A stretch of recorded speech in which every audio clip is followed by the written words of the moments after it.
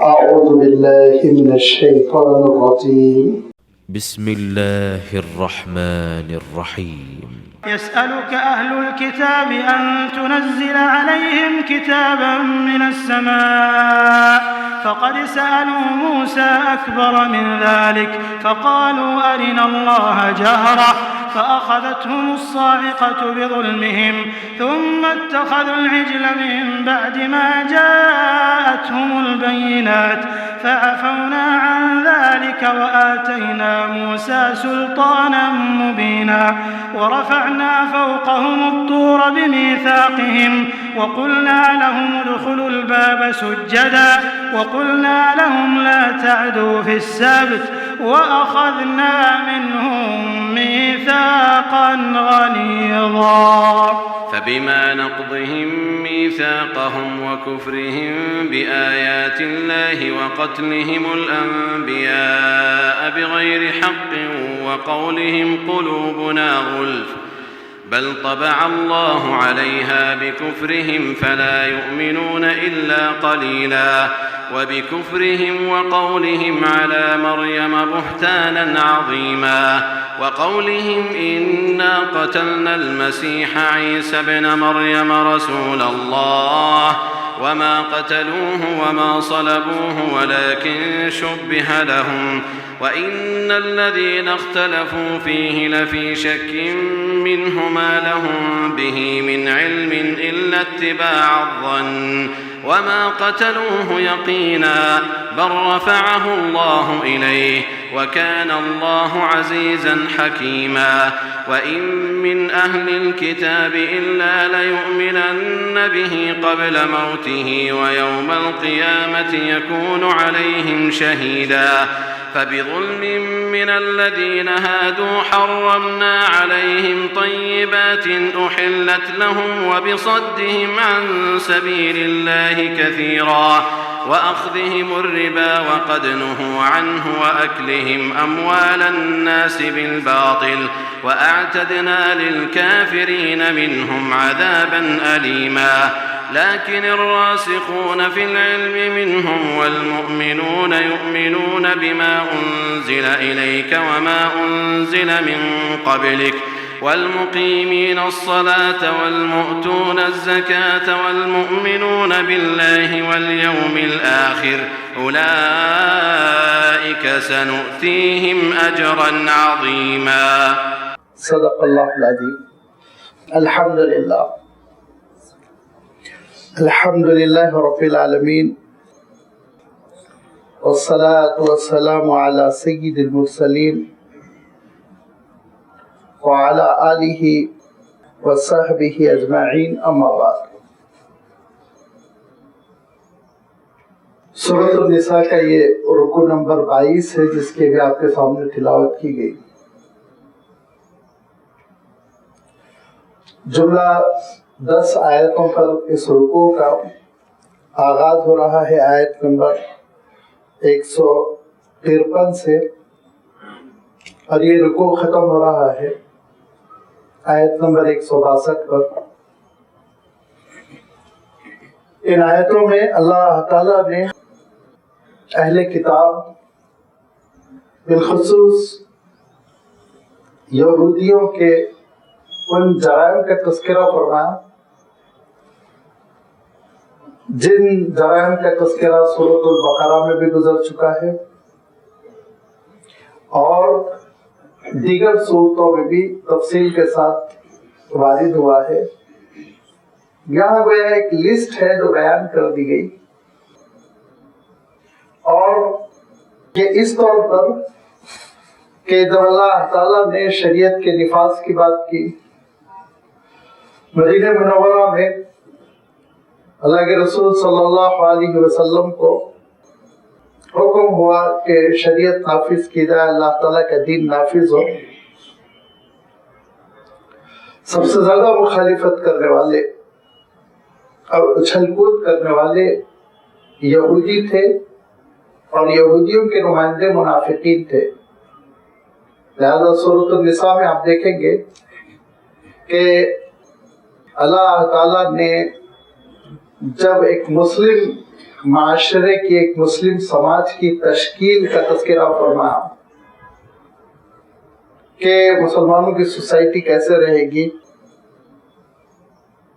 نمازوں سے لے کے معاملات تک کے تذکرے ہوئے، وراثت کا ذکر ہوا، کمزوروں کے حقوق کا ذکر ہوا، میاں بیوی کیسے زندگی بسر کریں گے اس کا حکم نازل ہوا، تو پھر اللہ تعالیٰ نے اس سازش کا تذکرہ فرمایا جو نفاق کی شکل میں اللہ تعالیٰ کے دین کو نافذ کرنے کے لیے آڑے آ رہی تھی، طرح طرح کی باتیں کرنا۔ صبح اللہ کے رسول صلی اللہ علیہ وسلم کی مجلس میں حاضر ہونا اور شام میں باہر نکل کے یہ کہنا کہ ہم نے تو یہ دین چھوڑ دیا، اور اس کا مقصد یہ ہوتا کہ بڑے بھالے مسلمانوں کے پیروں میں لغزش آ جائے، وہ تذبذب کے شکار ہو جائے، غیر یقینی کیفیت ہو جائے کہ اتنے اچھے پڑھے لکھے VIP لوگ بھی آئے تھے، اسلام قبول کیا تھا، انہوں نے کیا خامی دیکھی ہوگی، انہوں نے کون سی ایسی برائی دیکھ لی ہوگی جس کی وجہ سے مرتد ہو گئے، پلٹ پڑے، تو پھر اس کی وجہ سے ان کے ایمان میں بھی فتور پیدا ہو سکتا ہے۔ یہ ان کے سازش کا مقصد، لیکن اللہ تعالیٰ نے صاف ارشاد فرمایا کہ جن لوگوں نے دل سے اسلام قبول کر لیا تھا ان پر یہ سازشیں کارگر نہیں ہو رہی تھی۔ یہ مذبذبین بین ذالک، منافقین کا عالم یہ تھا کہ کبھی ادھر تھے کبھی ادھر تھے، جب کبھی فتح ہوتی، کامیابی ہوتی، مسلمانوں میں کچھ راشن تقسیم ہوتا، مال غنیمت تقسیم ہوتا تو مسلمانوں کی لائن میں نظر آتے، جب کبھی مسلمانوں کو شکست ہوتی، پریشانی ہوتی، فاقے کا زمانہ ہوتا، فقر و فاقہ مدینہ منورہ میں عام ہو جاتا تو یہ یہودیوں کے پاس نظر آتے، اپنے شیطانوں کے پاس نظر آتے اور ان سے یہ کہتے کہ اصلاً لائلٹی تو ہماری تمہارے ساتھ ہے، وہ ان نادانوں کو ہم بیوقوف بنانے ان کے پاس جاتے ہیں۔ وَإِذَا خَلَوْا إِلَىٰ شَيَاطِینِهِمْ، سورۃ البقرہ ہی میں اللہ تعالیٰ نے ان کی اس کیفیت کو بیان کر دیا کہ جب وہ اپنے شیطانوں کے پاس پہنچتے ہیں، وَإِذَا خَلَوْا إِلَىٰ شَيَاطِینِهِمْ قَالُوا إِنَّا مَعَكُمْ إِنَّمَا نَحْنُ مُسْتَهْزِئُونَ، ہم اصلاً تمہارے ساتھ ہیں، إِنَّا مَعَكُمْ، اور ان کے ساتھ بس ایسی دل لگی کرنے کے لیے اٹھتے بیٹھتے ہیں، ذرا معلومات بھی تو کیا کہہ رہے ہیں کیا نہیں کہہ رہے ہیں۔ وہ یہ سمجھتے تھے کہ وہ نعوذ باللہ اللہ تعالیٰ کو دھوکہ دے رہے ہیں، حالانکہ دھوکہ اپنے آپ کو دے رہے ہیں۔ اللہ تعالیٰ نے ان کو جو مہلت دی، دراصل وہ مہلت سبب بن رہی ہے کہ وہ مسلمانوں کو پریشان کرنے کی کوشش کریں، مسلمانوں کے سلسلے میں دو رخی رویہ اپنائیں۔ تو یہ بس اللہ تعالیٰ کی جانب سے ایک آزمائش جس کی وجہ سے وہ دھوکے میں پڑے ہوئے، اسی لیے اللہ تعالیٰ نے فرمایا وَهُوَ خَادِعُهُمْ، دراصل یہ دھوکہ خود اللہ کی طرف سے ان کو ہے۔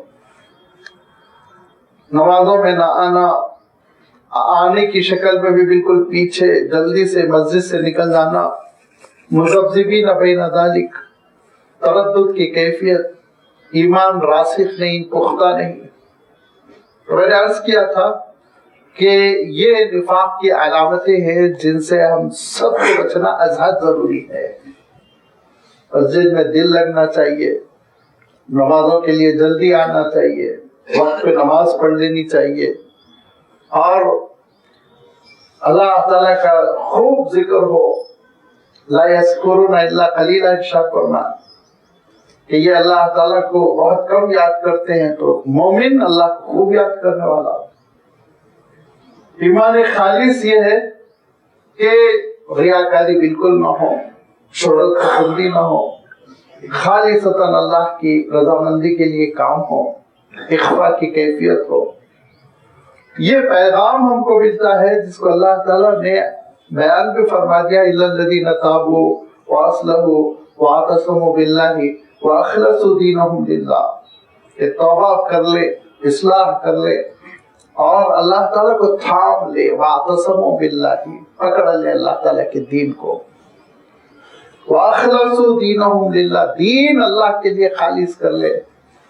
دنیا تو بندوں کے لیے گزرتی ہے، دنیا تو خاندان کے لیے گزرتی ہے، دنیا تو بال بچوں کے لیے گزرتی ہے، دنیا تو تجارت کے لیے، ملازمت کے لیے گزرتی ہے۔ جو دین ہے، تھوڑی بہت نمازیں ہیں، ذکر ہے، تلاوت، یہ تو خالصتاً اللہ کے لیے ہونا چاہیے۔ اس میں بھی انسان ملاوٹ کر دے، ریاکاری، دکھاوا، تو پھر یہ اعمال اکارت جائیں گے، کیا ملے گا؟ خالی ہاتھ لوٹے گا بندہ۔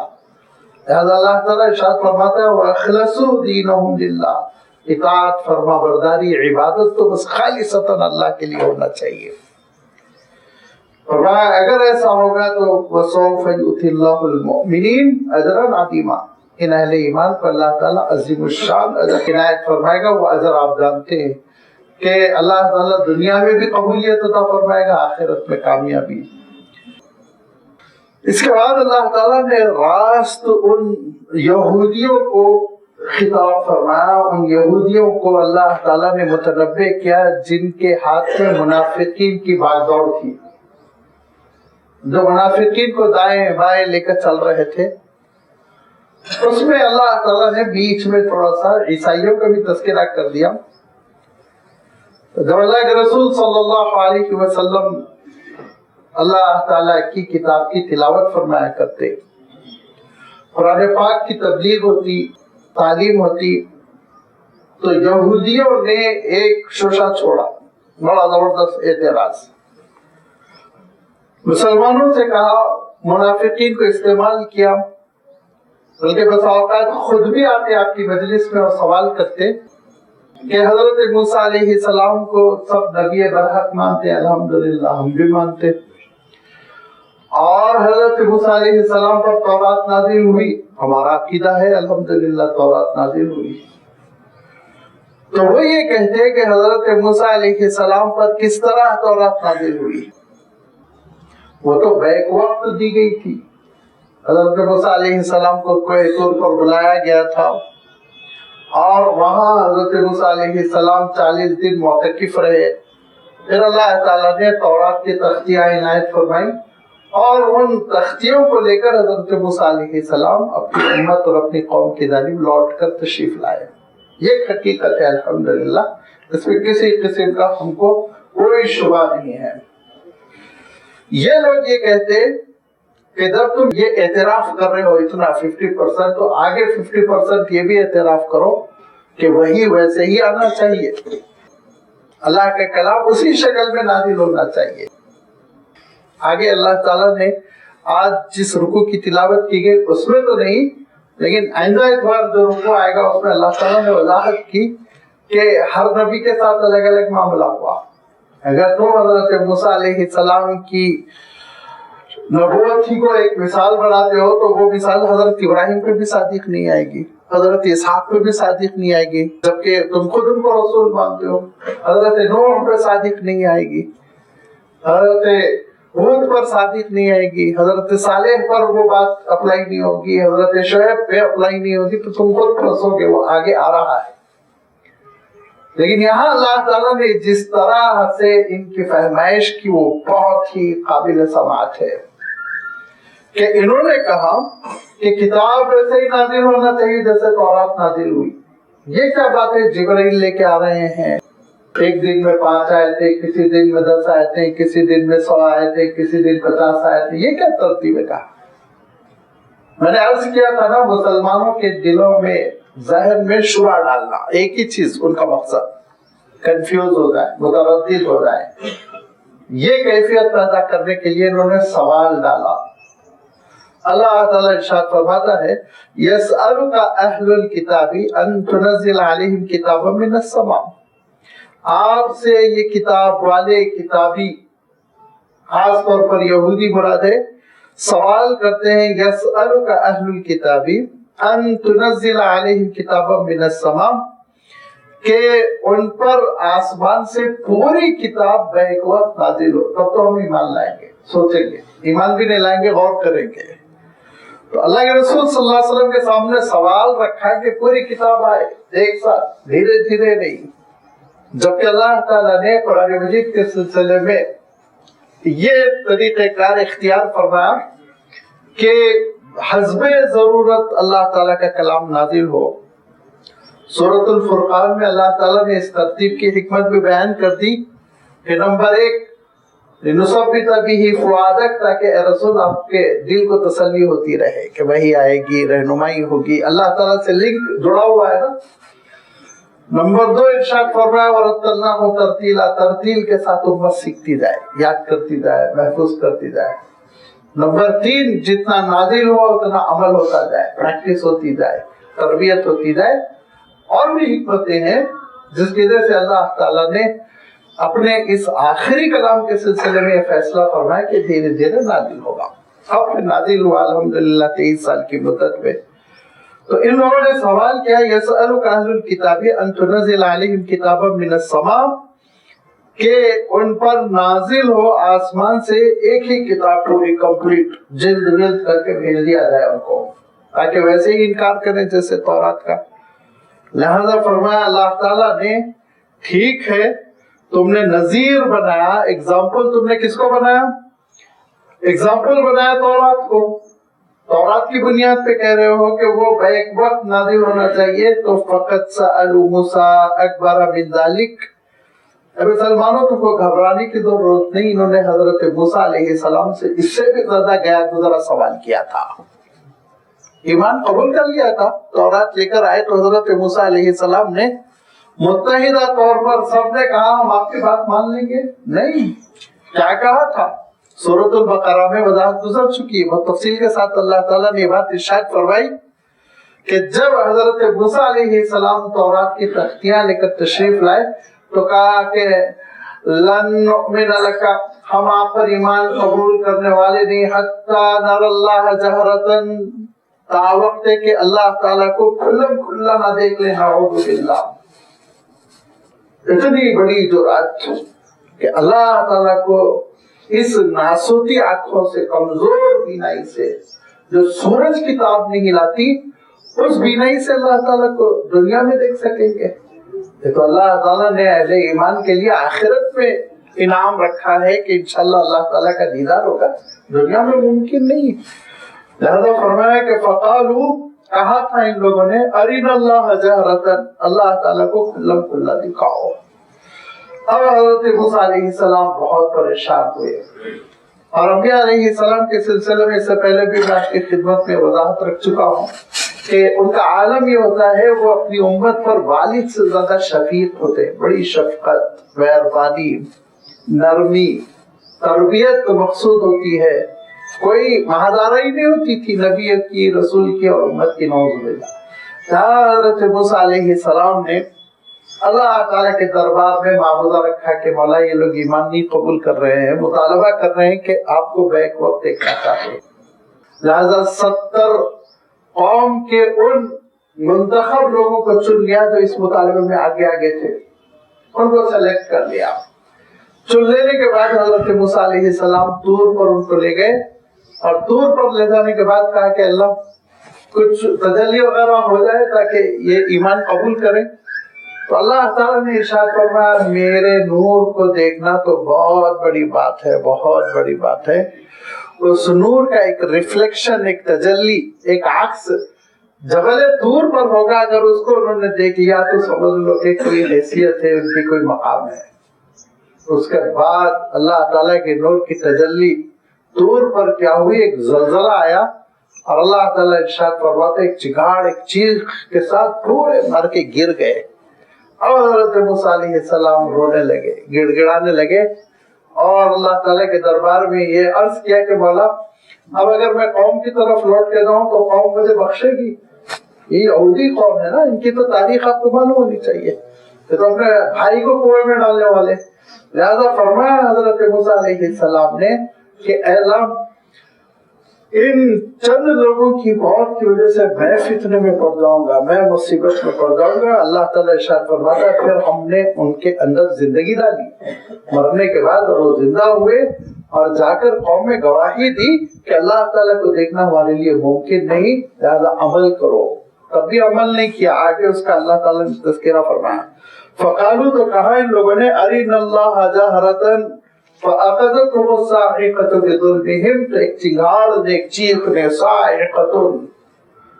اور میں ہمیشہ عرض کرتا ہوں کہ ساؤنڈ پاور جو ہے نا وہ بہت خطرناک ہوتا ہے، اور جتنا بڑا دھماکہ ہوگا یاد رکھیے اتنا بڑا نقصان ہوگا. لہذا وہ ایک زبردست قسم کا دھماکہ، چنگھاڑ، ایک چیخ تھی کہ ان کے دل پھٹ گئے، اور ان کے گناہوں کی وجہ سے وہ بے ہوش ہو کے گر پڑے، مر کے گر پڑے. دوبارہ اللہ تعالیٰ نے جان ڈالی. اللہ تعالیٰ یہ ارشاد فرما رہا ہے کہ جس نے حضرت موسیٰ علیہ السلام سے یہ مطالبہ کیا کہ اللہ کو دیکھنے کے بعد ہی اللہ کی کتاب کو مانو گا، تو آج یہ مطالبہ کر رہے ہیں اللہ کی پوری کتاب ایک ساتھ نازل ہو جائے تو ہم ایمان لائیں گے. تو تم کو توقع ہے ایمان لائیں گے؟ نہیں لائیں گے.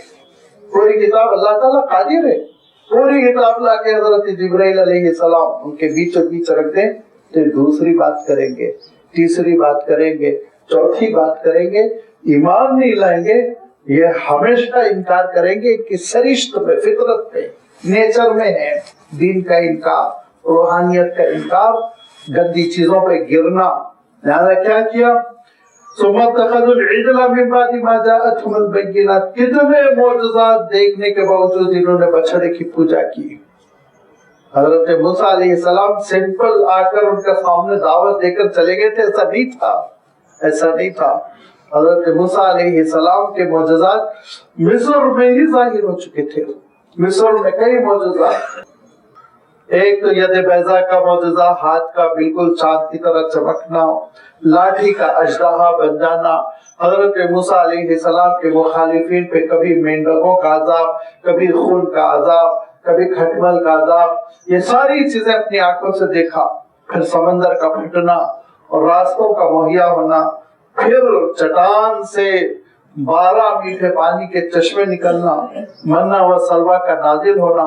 اتنے معجزات کے معجزات کی فہرست بہت طویل ہے.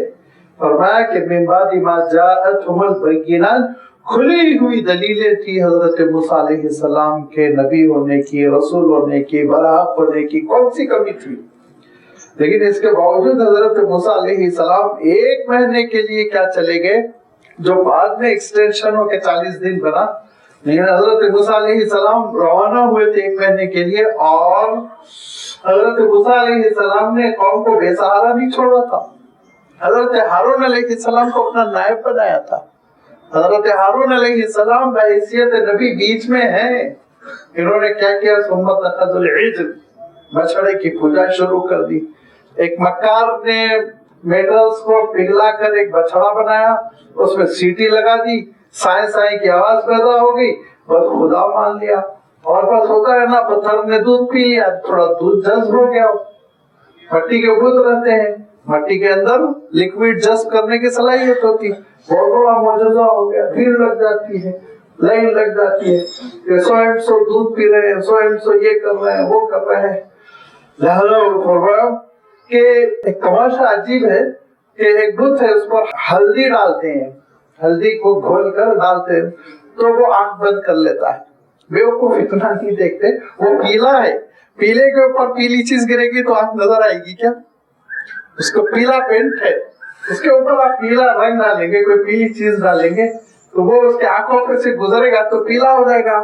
تو ایسا محسوس ہوگا نا جیسے پیلا ہے، پورا بند ہو گئی، پلک پیلے اس کے آنکھوں پہ گر گئے جیسے محسوس ہوتا ہے. نہیں اس کو بھی معجزہ سمجھتے ہیں، اچھلتے ہیں، لائن لگاتے ہیں، ہلدی گول گول کے بیچارے کے سر پہ ڈالتے رہتے ہیں. اس کی زبان ہوتی تو احتجاج کرتا کہ یہ کیا مصیبت ہے، بلکہ یہ غور و فکر نہیں کرتے. بالکل یہی کیفیت بنی اسرائیل کی کہ اللہ تعالیٰ ارشاد فرماتا ہے ان نادانوں کو کم سے کم اس سے بات کرنی چاہیے تھی، سوال کرنا چاہیے تھا.